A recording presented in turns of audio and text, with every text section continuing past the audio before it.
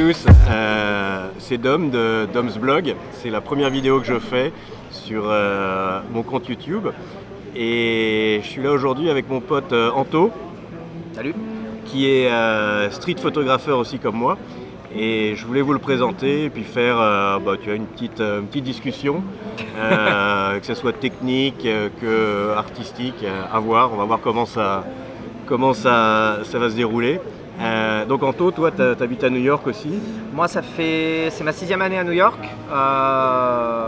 intramuros et un peu banlieue. Je viens de déménager avec ma femme, on est de l'autre côté de la rivière. On est devenu des banlieusards, mais la qualité de vie est cool et ça permet d'avoir la vue sur la ville au lieu d'être au milieu. On est témoin maintenant. Ça fait combien de temps que tu es à New York ? 6 ans. La première fois que j'ai mis les pieds ici, c'était en voyage, c'était en 2005. Je suis tombé amoureux de la ville et mon rêve c'était de vivre ici.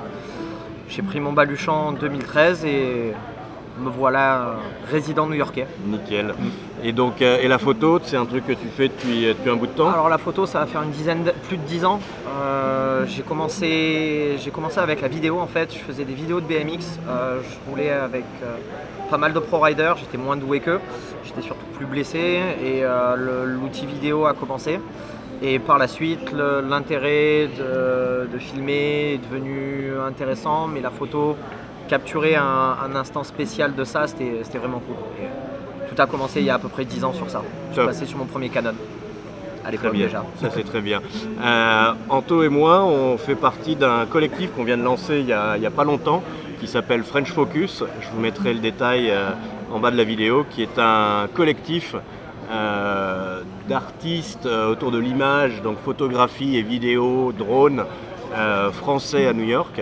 C'est un truc qu'on vient de lancer. Je vous invite à visiter, voir notre page Facebook. On a aussi un groupe Facebook. Beaucoup plus d'infos très rapidement, mais on va organiser des apéros, des sessions de photoshoot, des masterclass. Donc voilà, vous verrez tout ça. Anto, toi tu fais beaucoup de street photographie comme moi aussi. Une raison particulière pourquoi New York c'est le plus gros terrain de jeu en tant que photographe.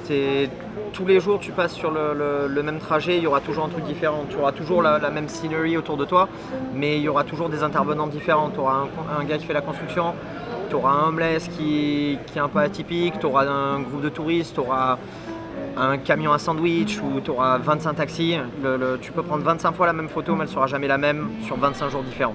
Et c'est ça qui est cool, tu peux te balader tout le temps dans le même quartier et tu n'auras jamais la même qualité d'image répétitive. Donc c'est sympa de passer beaucoup de temps dans un quartier, changer et revenir quelques mois plus tard et voir les changements. Et tu as toujours une vue différente, ne serait-ce que par rapport à la saison, par rapport à la météo, mais surtout par rapport à la foule qu'il y a dans les rues ici.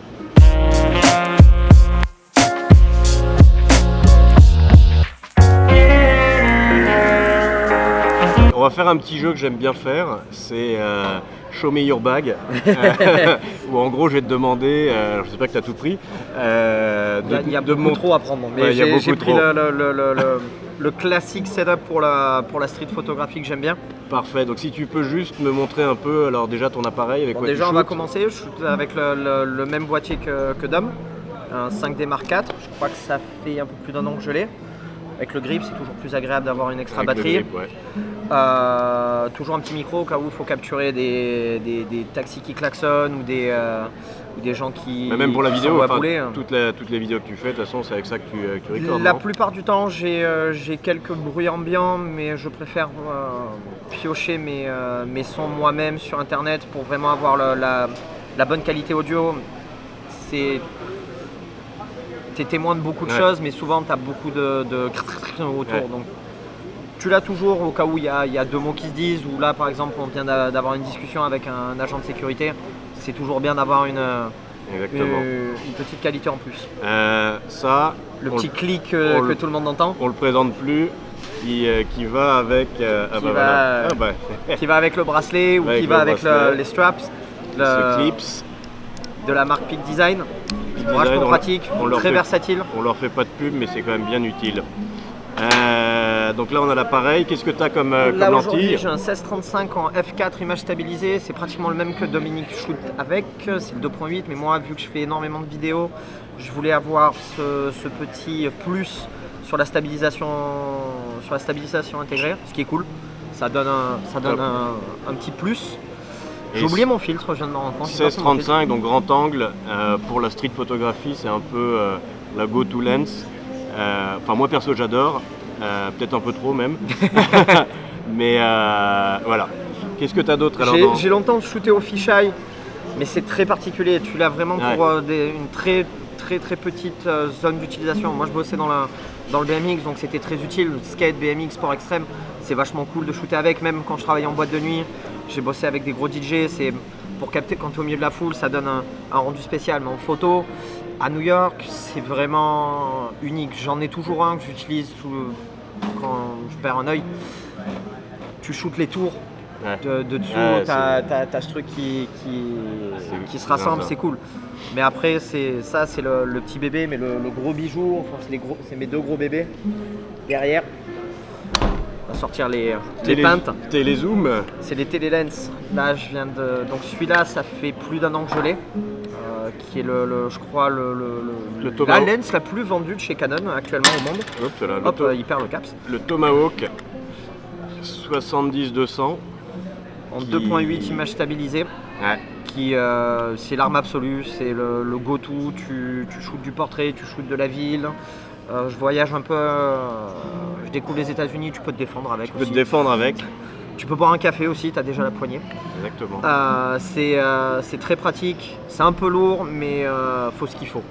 Et là, récemment, je me suis fait un petit plaisir, j'ai pris la taille au-dessus, mais qui est plus petit. Mais il s'ouvre, c'est un 70-300 chez Canon, pareil, image stabilisée. Je l'ai acheté d'occasion. Sur un coup de peau, c'était un photographe en alpinisme qui vit à New York, un mec super sympa, on a un peu conversé. Et en fait, ça c'est pour moi le truc au-dessus du 70-200, c'est-à-dire qu'on a tellement de compression sur le 200 et c'est tellement agréable, mais celui-là il donne ce petit truc qui manque. Je pense que si le 70-200 était un 70-250, j'aurais jamais acheté celui-là. Mais ça, c'est mon addition maintenant.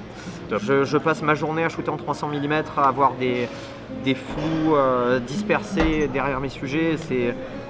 En ce moment, je suis obnubilé par ce truc. Excellent. Derrière ça, aujourd'hui, j'ai pris un 85 mm. Parce qu'en fait, ça donne un bokeh. C'est la version au-dessus du Nifty 50 que tout le monde a.